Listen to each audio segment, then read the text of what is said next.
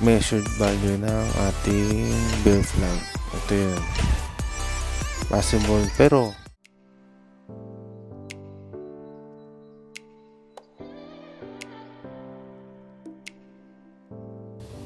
welcome guys.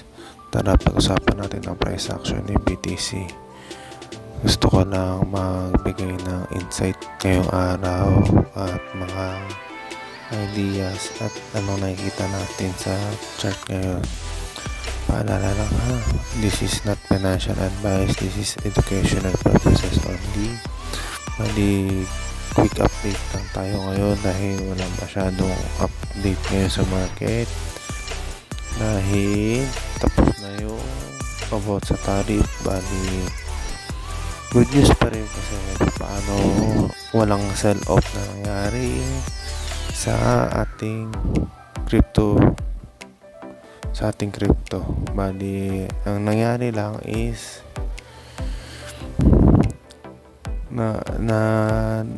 nadali lang ang stock market sa mga nangyaring sell on news, sell off kahapon dahil medyo malaki ang na-wipe out kahapon. Kung nakita nyo yung balita, medyo malaki-laki yun. Kasi sabi dito, 2.85 trillion wipe out from the US stock market kahapon. Grabing laki, no? At least kahit paano si Bitcoin, walang nangyaring sell off. Safe tayo kahapon, at least kahit paano din. Si gold, nadamay din si gold eh. May sell off din nangyari kay gold, pero at least kahit paano si Bitcoin ay nakapag recover agad. Pero yung mga altcoin, syempre lahat naman sila ay kung anong galaw ni Ethereum yung magiging galaw nila. Kahit nagpa-pump si Bitcoin, kung si Ethereum ay babagsak din ang mga altcoin. Ganun yun guys, hindi sila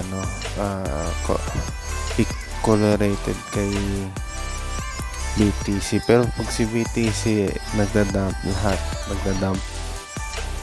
min lang yung pangatay sa mga altcoins. Then balik tayo sa chart. Kanina maganda yung natin eh. Bali nag-enter tayo dito sa taas, then nag-sell off. Then kanina sinubukan mag-pump ni BTC, kaso nangyari ay rejected tayo sa 200 EMA. Rejected tayo doon. Bali tapos sinalo tayo ng ating immediate support, kaya nag-bounce back tayo agad. Pero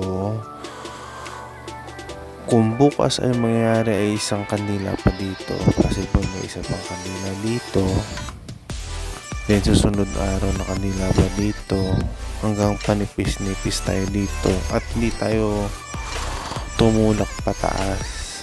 Possible may mangyayaring rejection tayo dito. Tutulo na tayo dito sa 77k. Kailangan natin tumagos dito sa diagonal resistance natin para mag-iba yung trend natin. If ever hindi mangyari, still yung sinasabi ko sa inyo guys, na possible tutulo talaga tayo hanggang 77k, then possible mag dribble dito yan. Then again, kung mangyari ulit yung scenario yun na hindi tayo pa rin tumagos dito, expected yun na guys, na tutulo tayo hanggang dito na sa ating measured value ng ating bear flag. Ito yun. Possible, pero mag-i-stop over muna tayo. Di ganun kabilisan yun guys. Then adjust na natin to. Itong ating diagonal resistance, punta doon. Kaya may stop over pa rin tayo dito sa 73 hanggang 70. Ito yung ating support zone. So, kaya ko siya sinawag na support zone dahil ito yung SR flip area natin. Dahil dito siya nag-pump bago tumalbog papuntang 110. Kaya ito yung SR flip area natin. Bali ito dito yung maraming demand zone natin nung panahon na nagkakaroon pa ng rejection tayo dito sa ating resistance natin ngayon na magiging support natin. If ever na mangyari ay mabasag agad, expected nyo yung ating 382 area. Sukatin natin from dito hanggang dito. Ito yung 382 area natin, bandang 60k. Sasaluhin tayo niya. If ever hindi tayo sasaluhin niya, expected nyo na 236 ang babalikan natin. Pero masyadong malalim na yun kung mangyari yun. Masyadong malalim na to kung babalikan yung 236. Pero ito kasing 618 natin eh. Itong 382. Possible bounce play tayo dito. Then another leg up. Matagal pa yan. Possible mangyari September, October, baka lumipad na ulit tayo. Then tapos na ang bull run. Kung mapaaga ang end of the bull run talaga, possible 2027 na ulit ang next bull run. Kasi 2026 is 2026 ay may market na ulit. Pero dahil ngayon ay si Trump ang nakaupo, possible delay lang ang bull run natin. Possible bull run tayo hanggang matapos yung termino ni Trump. Hindi natin masabi kasi feeling ko bumubudega na sila. Ayun lang. Then kay Ethereum still nandun pa rin tayo sa support. Diba sabi ko sa inyo last na nag-activate na yung bear flag natin, pero lagi ko sinasabi nandito tayo sa support. Possible may bounce play mangyari, or if ever wala, baka kopyahin niya to kasi ito mukhang kapareho dito sa nangyari. Yun, diba? Kamukhang history repeat itself talaga, pero ibang itsura nga lang, pero still same pa rin yung kanyang pattern. Ayun lang, news wala naman masyado kasi still same pa rin, yun pa rin nangyari.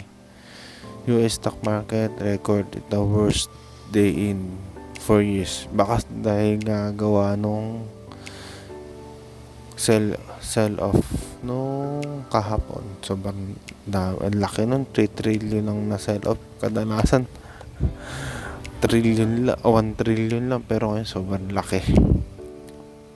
Then titignan pa natin susunod na araw ano yung magiging galaw. Then sabi ni President Donald Trump, every country called to negotiate the tariff. Pwede naman pala, pero it depends kung paano nila pag-uusapan yan. Then China to impose additional 34 tariff on US. Bumawi sila.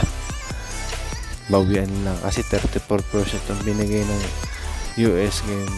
Same din, binalikan ng China yung 34 sa kanila. Same lang. And then US employment rate rise to 4.2% higher than expectation. O nga pala, kahapon din pala guys, no, yung FOMC meeting about dun sa unemployment rate, yun nga, masyadong maraming walang trabaho nung March. Mas medyo marami tayong trabaho nung February. Ngayon marami na walan nung March, kaya biglang tumaas din hindi yung payo ng market. And then yun lang, wala na masyadong coin blast. Silipin natin, wala masyadong liquidity, kaya expect nyo no play si Bitcoin. Baka stagnant yan hanggang bukas kasi malaki rin. Siguro naumpisa lang siguro yung sell off natin nung araw nga yun.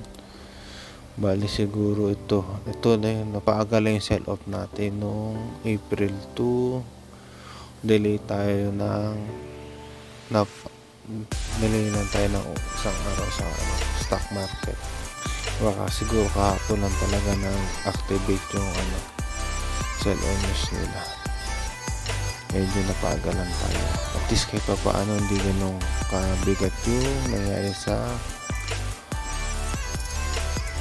cryptocurrency at sa Bitcoin. Ayun lang. Basta always remember guys, trend is your friend. Bye bye.